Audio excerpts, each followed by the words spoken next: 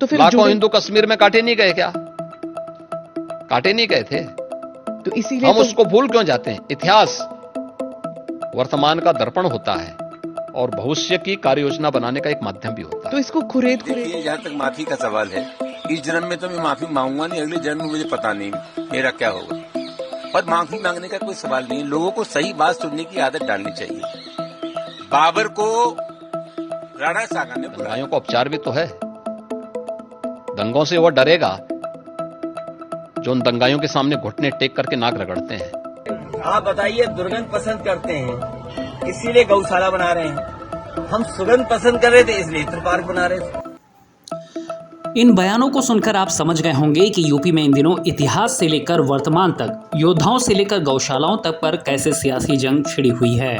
उत्तर प्रदेश में चुनाव भले ही 2 साल बाद है, लेकिन उसकी तैयारी राजनीतिक दलों ने अपनी अपनी बिसात बिछाकर शुरू कर दी है। इस सिलसिले में बयानबाजी भी जारी है और इस कदर की देश के जो योद्धा हैं उन पर सवाल उठाए जाने लगे हैं। एक तरफ सुगंध और दुर्गंध की पसंद को साबित करने की कोशिश है, तो एक तरफ सनातनी और आक्रांताओं को आदर्श मानने वालों में अंतर बताने का प्रयास है।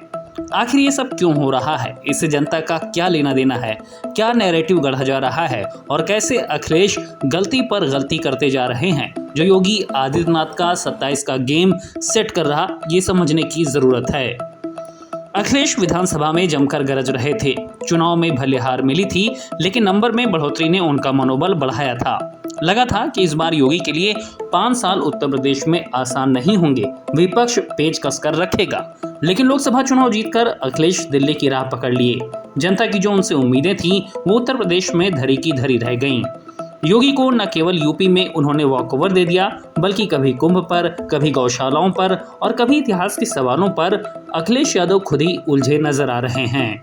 उनकी इन्हीं गलतियों को योगी लपक रहे हैं, माहौल बना रहे हैं, जो उनके सुशासन, कानून व्यवस्था, रोजगार, धार्मिक पर्यटन के दावों के बीच सियासी तौर पर उन्हें और मजबूत बना रहा है।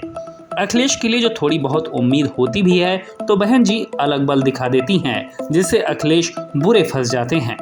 अभी तक पीडीए यानी पिछड़ा दलित अल्पसंख्यक के जरिए जीत के जतन में जुटे अखिलेश आगरा से फिर से माहौल बनाने की तैयारी में थे। राणा सांगा पर विवादित बयान देने वाले उनके सांसद लालजी सुमन के घर हमले को दलित पर हमला करार दे रहे थे। लेकिन अब बसपा सुप्रीमो मायावती की एंट्री ने सपा यानी कि अखिलेश यादव की सभी कोशिशों पर पलीता लगाने का काम कर दिया है। मायावती ने इन सब के बीच बहुचर्चित गेस्ट हाउस कांड का राग छेड़ दिया।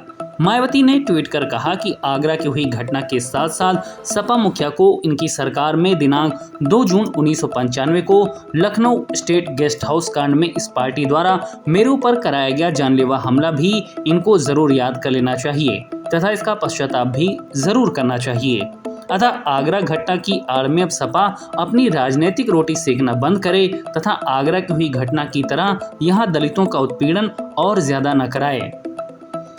ऐसे में दलितों के मसीहा बनने की कोशिश में जुटे अखिलेश यादव को बड़ा झटका लग गया, क्योंकि गेस्ट हाउस कांड की पीड़िता हैं मायावती और मायावती दलित मतदाताओं की बड़ी नेता हैं। ये हर कोई जानता है। जिस यूपी की सियासत अखिलेश यादव कर रहे हैं और रामजी लाल का बचाव दलित का राग अलाप कर रहे हैं, लेकिन वो शायद ये भूल जाते हैं किसी यूपी में दलित पर अत्याचार की बड़ी गाथा भी लिखी गई थी, जिसके रचयिता थे उनके पिता मुलायम सिंह यादव।